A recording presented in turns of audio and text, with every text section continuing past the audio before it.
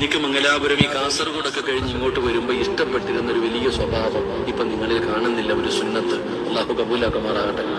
എന്താണെന്നറിയോ? തൊപ്പിയൊന്നും അല്ലല്ലോ. നിങ്ങൾ നേരത്തെ ഉസ്താദന്മാര് ദുആ ചെയ്യുന്ന സമയത്ത് ആ ആമീൻ പറയുമ്പോ 2 കൈയും ഉയർത്തിയിട്ട് ആമീൻ പറയുമായിരുന്നു. ഇപ്പൊ അത് കാണുന്നില്ല. ഞാൻ വഴുതിന് വരുമ്പോ, എനിക്ക് മംഗലാപുരത്തിന്റെ പരിസരത്ത് വഴുതിന് വരുമ്പോൾ ഏറ്റവും ഇഷ്ടപ്പെട്ട ഒരു ഗുണം, ആ ആമീൻ പറയുമ്പോ കൈ പൊക്കിയിട്ട് ആമീൻ പറഞ്ഞിട്ട് മുഖത്ത് തടകുന്ന ഒരു നല്ല ഗുണമുണ്ടായിരുന്നു. ഇപ്പൊ അത് കാലഘട്ടം മാറിയത് കൊണ്ടാന്ന് തോന്നുന്നു കുറഞ്ഞു വരുന്നു. അല്ലാഹു കാത്തിരക്ഷിക്കുമാറാകട്ടെ. അതൊരു വലിയ ഗുണമോ സഹോദര, അത് എല്ലാവർക്കും കഴിയുന്നതല്ല. അതൊരു വല്ലാത്തതാണ്. എന്ന് ദ്വാ ചെയ്യുമ്പോ കൈ പോലും പിടിക്കാത്ത കാലമാണ്.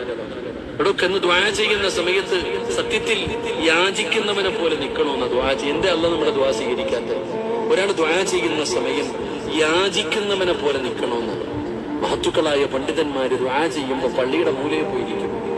എന്തേ നിങ്ങൾ ഇങ്ങോട്ട് മുമ്പിൽ വന്നിരിക്കാത്തത്? യാചിക്കുന്നവന്റെ സ്ഥലം അതാണെന്നാണ്. ഇവിടെ അള്ളാഹുവിന്റെ മുമ്പിൽ യാചിക്കുമ്പോ ഇങ്ങനെ നിൽക്കണമെന്നാ, വളരെ താഴ്മയുടെ താള്ളാന്ന് പറഞ്ഞിട്ട് ഇങ്ങനെ നിൽക്കണമെന്നാ.